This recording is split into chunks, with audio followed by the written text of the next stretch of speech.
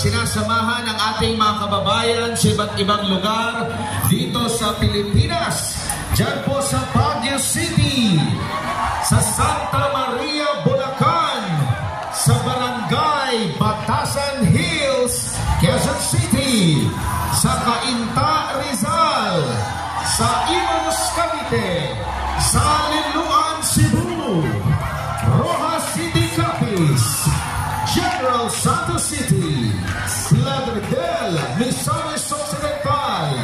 Malay-Balay, Bukidnon, San Francisco at Cruzal del Sur, Ilang, Davao City, Caloocan, Davao City, Matanao, Davao del Sur, at Nabunturan,